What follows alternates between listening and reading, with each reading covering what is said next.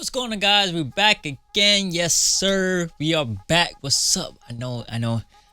I said I was going daily, but at this point, let's drop some videos. You know, I'm gonna do some vlogs. I say that, but it's gonna come. All right, just give me some time. I'm not gonna say when, but it's gonna come. I'm gonna do some vlogs. You know, all etc. But I'm gonna leave that to like a separate video of me explaining everything. But right now, let's react. So today's video, we got Teenage Mutant Ninja Turtles, the last. My English is not good, okay? So hear me out. I'm gonna be stuttering, okay? That's number one. Number two, I can't read. So check it out. Is it Ronin? Ronin? The last, you guys get it. The last Ronin reveal. Teenage Mutant Ninja Turtles. You know the vibe. Let's get into this. It's like I'm watching a damn movie. What's up, shit. my comic comrades? Turtle fans have been anticipating the Teenage Mutant Ninja Turtles Last Ronin miniseries for several months now. And guess what? Issue 1 just I only came across it it because I was on TikTok and it's like a bunch of memes about this. But by the end of the first I was like, issue, yo, bro, let me look this up because I don't know anything that's going on right now. So as together, we're about to educate yourselves for the one time, you feel me? And original creative team, Kevin Eastman and Peter Laird, missing a lot of to the shit right TMNT now. comics. Okay. Meaning this series hits all the nostalgia feels for me, as I'm sure it will for many of you. But enough chatting, it's time to break down the first issue of The Last Ronin. And of course, there's going to be spoilers galore for this issue, as we're going to tell you who The Last Ronin is, so you've been warned. I almost said ramen for a second, I'm not going to hold you. The comic opens up with the last Ronin, aka the last surviving Ninja Turtle, walking into what looks like sludge. Then we see people talking to the last Ronin off-panel saying, "Cold, huh?" And he replies, "Yeah, all the time." These people off-panel continue to say, "Forget the temperature, the toxicity levels gotta be off the charts. You'd have to be crazy to swim in that sludge." The last Ronin says, "Maybe, but no bridges and no boats. Don't leave me much of a choice." Okay, enough chit-chat. And on the next page, we see the sludge or body of water the last Ronin is walking in is the water that surrounds Manhattan. That's right, in this post-apocalyptic future, every way in and out of Manhattan has been closed off and all the water surrounding it is now toxic sludge. On the next page, Ronin continues to say, "The water is ice cold, smells wrong, tastes even worse. Definitely not fit for human survival. That's okay, I'm not human, and I've got plenty of my own nasty." As he throws ninja stars monitoring the wall of Manhattan. On the next page, he says a couple of crappy cameras, rusty barbed wire, and no guards. Looks like they're way more worried about people getting out than in. That's a mistake. I'm gonna make damn sure of it. Time to finish this, as he hops the wall, making his way into this future New York City. The Ronin then hides in an alley in the shadows while those voices continue to talk to him off panel saying, "What? You were expecting a leisurely stroll the whole way or something? And we thought the Lower East Side was overcrowded before." Ronin replies, "Doesn't matter. The plan stays the same. I just need to get from here to there," as he points to what looks like an Emperor's Tower. This panel also reveals the voices that have been talking to him off screen are his 3 dead brothers. Now, we're not sure if he's actually able to talk to his 3 dead brothers or if these are just hallucinations he's having to help him get through this. We also don't know which of the 3 brothers are dead, meaning we obviously don't know who the Ronin is. So until that's revealed at the end of the issue, I'm just going to keep calling this turtle Ronin. The Ronin's brothers then ask, "How are you supposed to get to that tower? You just going to grab a cab?" It's my boy Mikey. Stop playing. Don't exactly blend in. Ronin says, "Tell me something a little more obvious. Besides, so we don't know who killed. His brothers then say, "Good luck with that." So we don't know Ronin who replies, basically "Luck has nothing died. to do with it. Do or do not." As we see Ronin steal a motorcycle from a girl named Jones. Is this Jones girl related to Casey? I'm not gonna Jones? hold you. My favorite out of all of them is Raphael. I'm not gonna hold you. This thing was dope when he had the fucking. But in the process, he makes quite a bit of noise, even throwing his motorcycle into a fuel tanker, causing a massive explosion. Having brought quite a bit of attention onto himself, he's forced to hide in a sewer system. But when he pops out, he's stopped by robotic security guards, saying, "Halt, intruder." Ronin says, "Crap, security is lightly armored, some kind of so basically RoboCop. like a guessing game for everybody right now.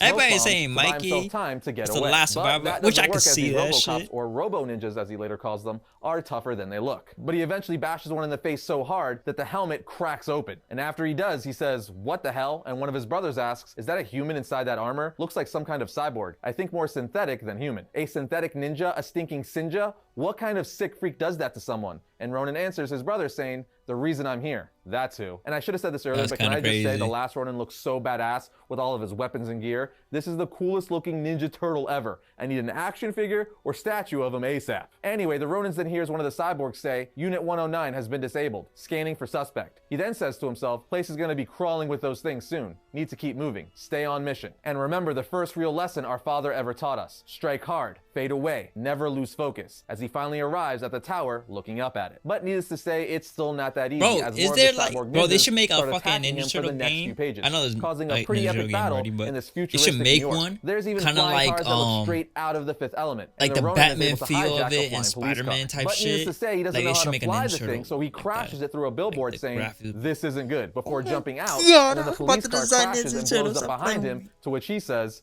"Seriously?" I'll play that And one of his every brothers fucking says, day. "Smooth moves. Classic. You still can't fly 10 feet in a straight line." And Ronin just replies, "Whatever. Shut up." Ronin then says, "My brothers are right. I need to stick to what I know best." And of course, that's running and jumping off of rooftops. Then on the next page, we see the reason why this last it's turtle, Mikey. or the Ronin, wants to get to that tower. Because the ruler of the city, Oroku Hiroto, is in there. For those of you who are like, fantastic, who the heck is that? He's the ruler of this futuristic New York City, but more importantly, 100%. Shredder's It has grandson and to be the Mikey, master bro. of the Foot 100%. Clan. And obviously, 100%. he's not too Mikey. thrilled that someone is making a disturbance in his city, so he sent his captain to find and execute the Ronin, and he wants him to do so on camera so everyone in the city can watch, making an example of what happens to people when they disobey his rule. Anyway, on the next page, we see the Ronin talking to himself, saying, from the day him and his brothers were born, their father trained him and his brothers to fight in the war between their families, for respect, for honor, for revenge. And now, after decades of murder and death, I've had enough, as he finally makes his way inside the bottom of the tower. But once he makes his way in there, he sees military-grade equipment everywhere and hardcore foot soldiers, who are now futuristic cyborgs, much like the ones he was fighting earlier. He tries to blow by them all by hopping on a motorcycle and causing an explosion, but that doesn't work, so he's forced to get into a huge battle with him against a crap ton of cyber foot soldiers. Meanwhile, Hiroto looks on via the cameras, telling his captain,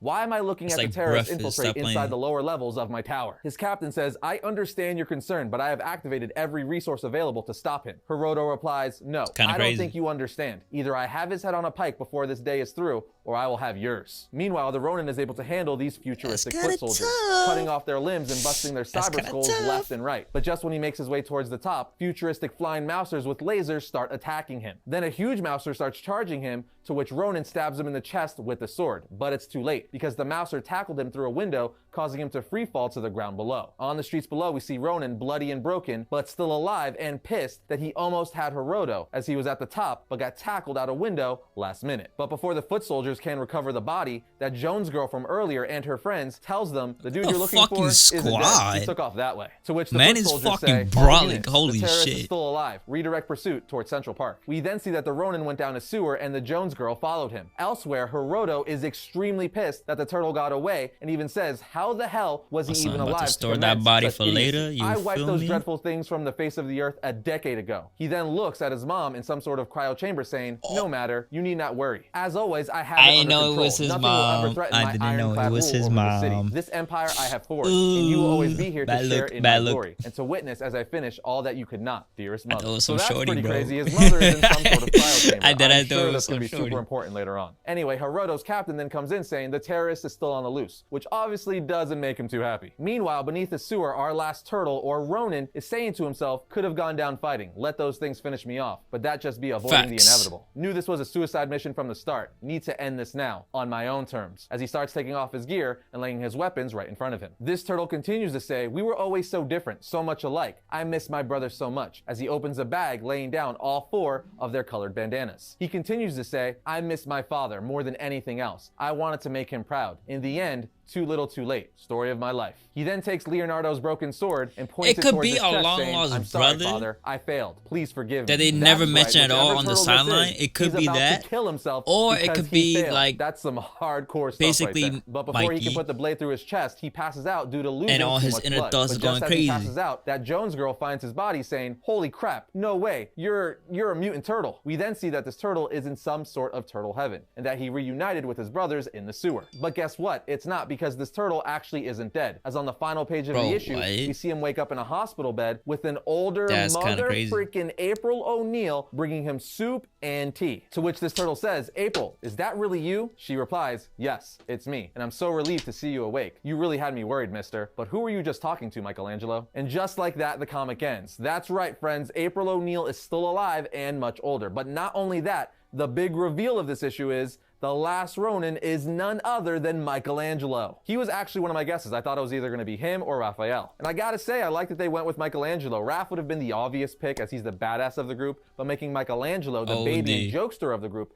the last turtle left to bring redemption to him and his brothers, is pretty awesome. Overall, I really enjoyed this issue. I think it's off to a great start, but I still have tons of questions like, how were the turtles killed? What happened to New York City and the Shredder? So many questions, but we have 4 issues left, so I'm excited to see where this goes. Obviously, we're going to continue to cover this series here on the channel every time they release a new issue. But what did you guys think of issue 1, and what do you think of Michelangelo being the last Ronin? Let us know all of that in the comments.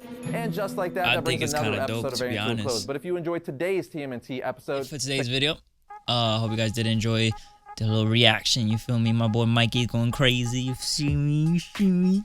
But I hope you guys did enjoy. Leave a like and comment down below. I'll catch you guys later.